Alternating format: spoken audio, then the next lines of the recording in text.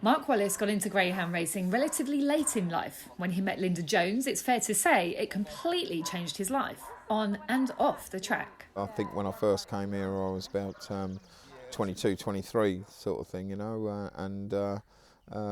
before that I left school. I was actually a boring glass cutter, which a job that I hated, to be honest with you, and couldn't wait to finish that. My parents did a dramatic life-changing thing by getting some news agents, which took my whole family by surprise. And I think I was about 20, and my father asked me to come and work in one of his shops, and I did enjoy that. It was moving from Northampton to Luton. The one thing it gave me when we did change dogs was my dad's sort of passion to go and watch greyhound racing. I started going with him at night time, and we went to House quite a lot, and eventually my father got a dog or two. We had terrific success with one particular dog called Another Mixture, who won literally all over the country, and we'd follow him everywhere he ran. These were trained by a lovely old boy called Dukey Elliott, and we had some good times. I enjoyed the times mostly when we used to go down to the kennel to see the dogs, and I see that special way that trainers had with their dogs, and it was something that really interested me enormously. So a few years later, when my father contacted Linda, who just set up these kennels at Imperial Kennels, to have a couple of dogs with her. I actually brought the dogs over for me dad, the two that we wanted her to train, and there was only about 3 or 4 race dogs here and a couple of little pups. And I think I came that morning at about 9-10 o'clock in the morning. I don't think I left till about 5 in the afternoon. And I remember Linda saying to me, "Oh, are you coming over tomorrow?" And I did, and I've never left really. So it's 30 years ago now. It seems an awful long time, but so much happened in that 30 years, and I honestly don't regret one moment. You didn't just get a job out of it, you found yourself a wife as well. Yes, a few weeks after I started working here, Linda said, "Oh, she's got a nice daughter that we must get together," sort of thing. And eventually we did meet, and we've been together ever since. And there's a few moments I do regret there, but Sarah probably regrets more. It's amazing that this is the only kennel you've ever worked at, of course under Linda Jones initially, and then yourself, and the success that has come out of here is just phenomenal. But many people will put your biggest 2 wins down as being your Derby wins, so 2009 Kind of Ready and 2012 Blonde Snapper. How much did you enjoy it, and when you reflect now, how do you feel about those wins?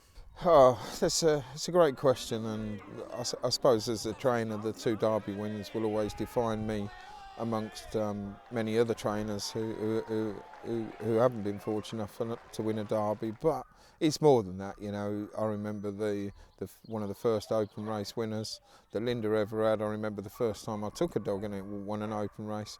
I remember the first Category 1 winner that Linda had with a bitch that really, was just a grader that we performed incredibly well to get to win a Category 1. I remember my first winner as when I took over the licence. I remember the first winner that we had at Toaster, and I remember the first Category 1 winner that we had in Go Commando, and a couple of months before that the first competition winner we had at Peterborough with Fear No One. So there's so many great memories, and it's just fabulous. There's 72 or 73 Category 1s that this kennel's won now. I've been here for every one. 2 Derby winners, 5 St Ledgers, 2 Oaks, where the highlights are just amazing, and long may they continue as well. 59 category winners you've had in your own name, and I'm going to throw some names at you and for the viewers as well. They'll remember Eye on the Storm, Blonde Fletch, Aero Majestic, Lil Risky, of course Adagio Bob, Corner Maddie Jumbo, Cash and Maureen was here, Domino Storm. People would give anything to get their hands on dogs like this, wouldn't they? Yes, fantastic just listening to those names. I mean, I think Eye on the Storm's victory in the Eclipse that year, probably one of the greatest 4-bend races on paper, and the dog was a railer drawn in trap 5.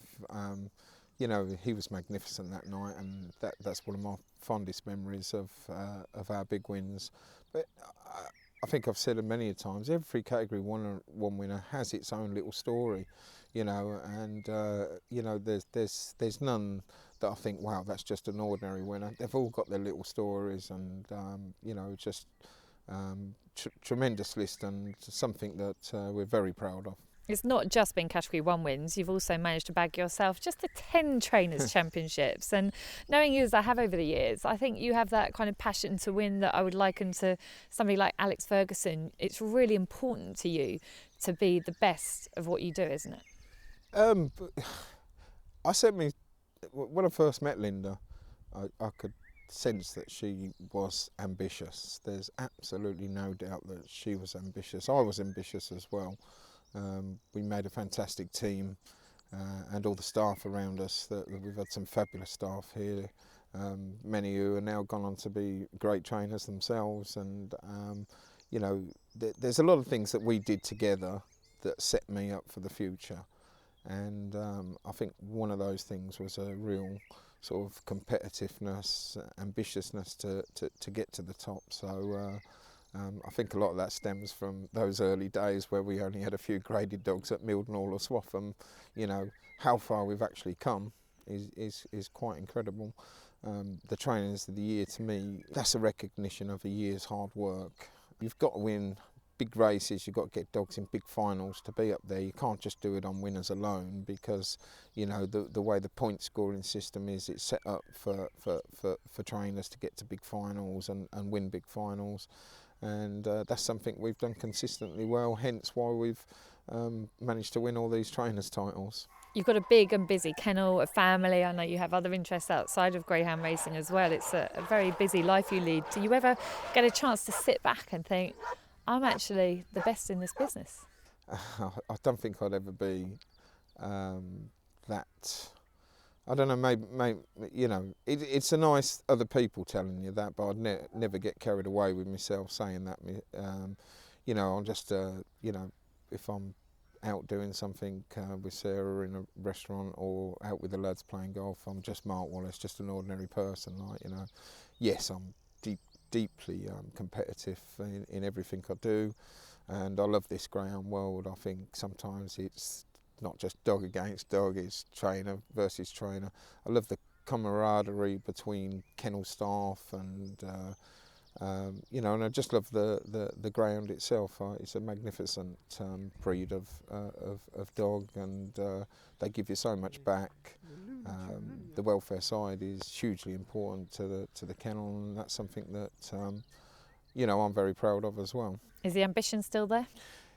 It is. I still think there's you know, some big races that we want to win. Like when you've been at the top for so long, and I'll say that again, you know, without being big-headed or anything like that, you know, the thing is, you don't want to be second or third.